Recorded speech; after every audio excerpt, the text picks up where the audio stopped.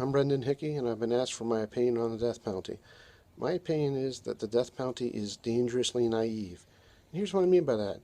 There are some folks out there who are very dangerous, who need to be locked up and never let out in free society again. We can do that. We can do that with the sentence of life without parole. We can put those folks away and keep them incarcerated until they die of natural causes. And by the way, doing that saves millions of dollars. It is much cheaper than a sentence of death, which comes with extra court hearings, extra appeals, specialized housing, extra security. You could be spending all of that money on things like education, mental health programs, other programs that prevent the crimes from happening in the first place. But by and large, those worst of the worst offenders are not sentenced to die, and we'll come back to that at the end of the video.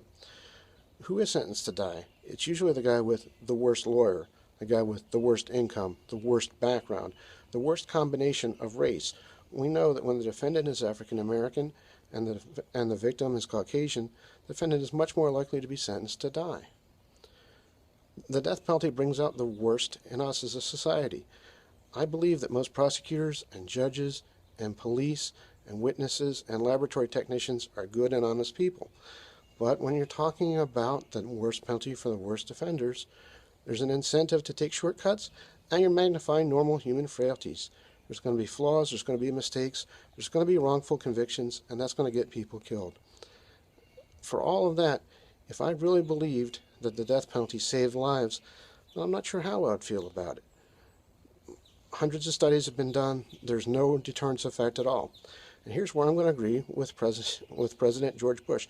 When George Bush was governor of Texas, he reviewed 153 death penalty cases. 152 of those were executions that he allowed to go on. George Bush said that the only reason to support the death penalty was for deterrent effects.